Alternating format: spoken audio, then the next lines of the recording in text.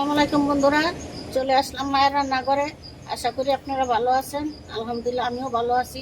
আজকে রান্না করবো হলো বিলের গুঁড়া মাছ, পাঁচমিশালি গুঁড়া মাছ গুনা করবো। দেখেন কিভাবে করি। কড়াই বসাই দিছি, এখন তেল দিয়ে দিব।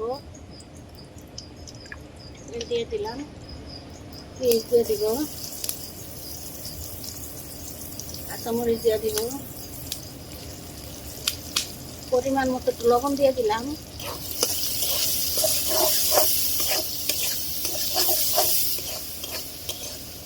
পেঁয়াজটা ভাজা হোক।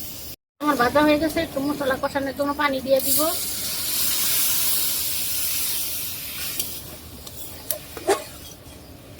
অল্প একটু দইনার ফাঁকি দিয়ে দিলাম, হাফ চামচ থেকে কম একটু হলুদের ফাঁকি দিয়ে দিলাম, সামান্য একটু মরিচের ফাঁকি দিয়ে দিলাম, অল্প একটু আদা রসুন বাটা দিব। আমি তো আদা রসুন বাটা খাই না গুঁড়া মাছে, আজকে দিব এই সামান্য।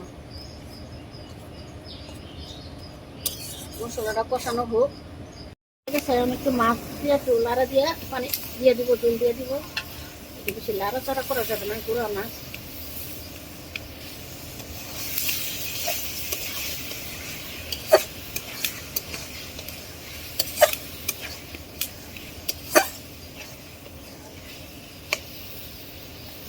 একটু পানি দিয়ে দিব সামান্য।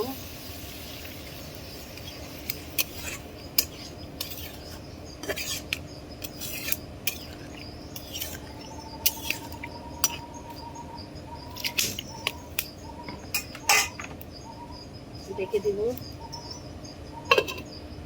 চলে আসলাম, একটু লাড়া দিয়ে দিব।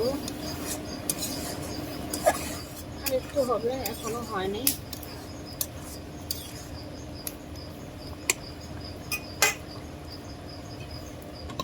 তরকারিটা হয়ে গেছে, এখন নামাই নিব।